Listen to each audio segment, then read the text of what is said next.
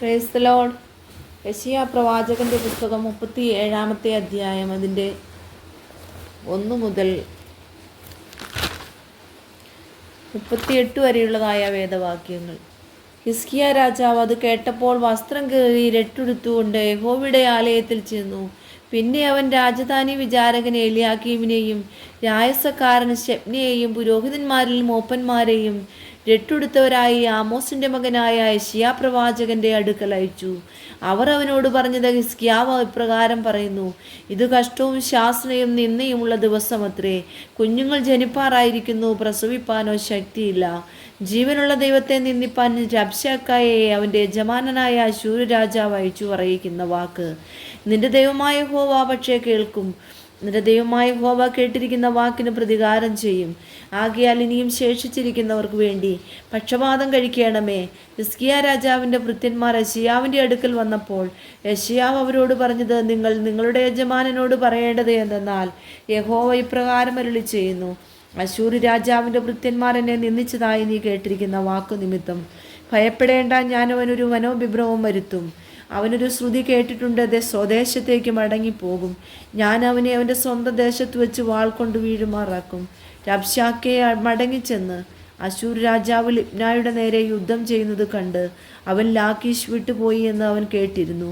എന്നാൽ കൂശ് രാജാവായ തിർഹാക്ക തൻ്റെ നേരെ യുദ്ധം ചെയ്യുവാൻ പുറപ്പെട്ടിരിക്കുന്നു എന്ന് കേട്ടിട്ട് അവൻ ഹിസ്കിയാവിൻ്റെ അടുക്കൽ ദൂതന്മാരെ അയച്ചു കൽപ്പിച്ചതെന്നാൽ, നിങ്ങൾ യഹൂദാ രാജാവായ ഹിസ്കിയാവോട് പറയേണ്ടത്, യെരൂശലേം അശ്ശൂർ രാജാവിൻ്റെ കയ്യിൽ ഏൽപ്പിച്ചു കളകയില്ല എന്ന് നീ ആശ്രയിക്കുന്ന നിന്റെ ദൈവം നിന്നെ ചതിക്കരുത്.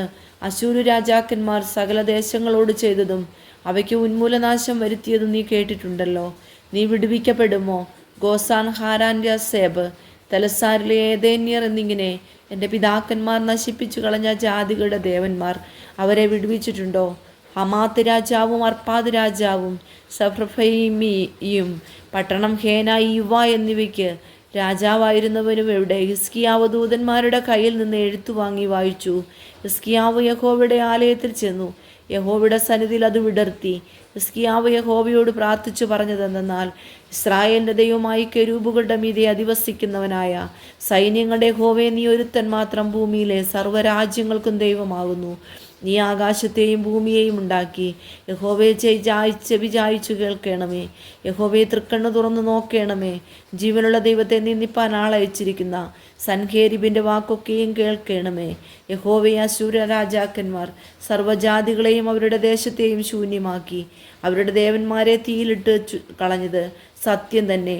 അവ ദേവന്മാരെല്ലാം മനുഷ്യരുടെ കൈപ്പണിയായ മരവും കല്ലും മാത്രമായിരുന്നുവല്ലോ. ആകയാൽ അവർ അവയെ നശിപ്പിച്ചു കളഞ്ഞു.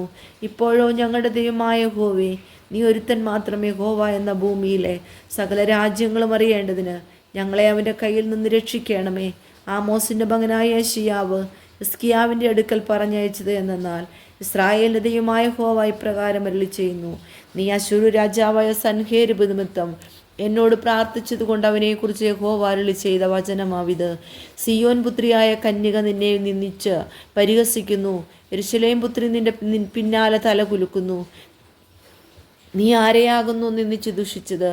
ആർക്കു വിരോധമായിട്ടാകുന്നു നീ ഒച്ചപൊക്കുകയും തല ഉന്നതമായി ഉയർത്തുകയും ചെയ്തത്? ഇസ്രായേലിൻ്റെ പരിശുദ്ധന് വിരോധമായിട്ട് തന്നെയല്ലോ. നിന്റെ ഭൃത്യന്മാർ മുഖാന്തരം നീ കർത്താവിനെ നിന്ദിച്ചു. എൻ്റെ അസംഖ്യം രഥങ്ങളോടുകൂടെ ഞാൻ മലമുകളിലും ലെബാനോനിൻ്റെ ശിഖരങ്ങളിലും കയറിയിരിക്കുന്നു. അതിലെ പൊക്കമുള്ള ദേവദാരുക്കളും വിശേഷമായ സരളവൃക്ഷങ്ങളും ഞാൻ മുറിക്കും. അതിൻ്റെ അറ്റത്തെ കൊടുമുടി വരെയും അതിൻ്റെ ചെഴിപ്പുള്ള കാടുവരെയും ഞാൻ കടന്നു ചെല്ലും. ഞാൻ വെള്ളം കുഴിച്ചെടുത്ത് കുടിക്കും. എൻ്റെ കാലടികളാൽ മിസ്രൈമിലെ സകല നദികളെയും വറ്റിക്കും എന്ന് പറഞ്ഞു. ഞാൻ പണ്ടേ അതിനെ ഉണ്ടാക്കി, പൂർവ്വകാലത്ത് തന്നെ അതിനെ നിർമ്മിച്ചു എന്ന് നീ കേട്ടിട്ടില്ലയോ? നീ ഉറപ്പുള്ള പട്ടണങ്ങളെ മുടിച്ച് ശൂന്യ കൂമ്പാരങ്ങളാക്കുവാൻ ഞാനിപ്പോൾ സംഗതി വരുത്തിയിരിക്കുന്നു. അതുകൊണ്ട് അവയിലെ നിവാസികൾ ദുർബലന്മാരായി വിരണ്ട് അമ്പരന്നു പോയി. അവർ വയലിലെ പുല്ലും പച്ചച്ചെടിയും പുരപ്പുറങ്ങളിലെ പുല്ലും വളരും മുമ്പേ കരിഞ്ഞുപോയ ധാന്യവും പോലെയായി തീർന്നു. എന്നാൽ നിന്റെ ഇരിപ്പും നിന്റെ ഗമനവും ആഗമനവും എൻ്റെ നേരെയുള്ള നിന്റെ കോപഭ്രാന്തും ഞാൻ അറിയുന്നു. എൻ്റെ നേരെയുള്ള നിന്റെ കോപഭ്രാന്തും കൊണ്ട് നിന്റെ അഹങ്കാരം എൻ്റെ ചെവിയിലെത്തിയിരിക്കൊണ്ടും ഞാൻ എൻ്റെ കൊളുത്തു നിന്റെ മൂക്കിലും എൻ്റെ കടിഞ്ഞാൺ നിൻ്റെ അധരങ്ങളിലും ഇട്ട് നീ വന്ന വഴിക്ക് തന്നെ നിന്നെ മടക്കി കൊണ്ടുപോകും.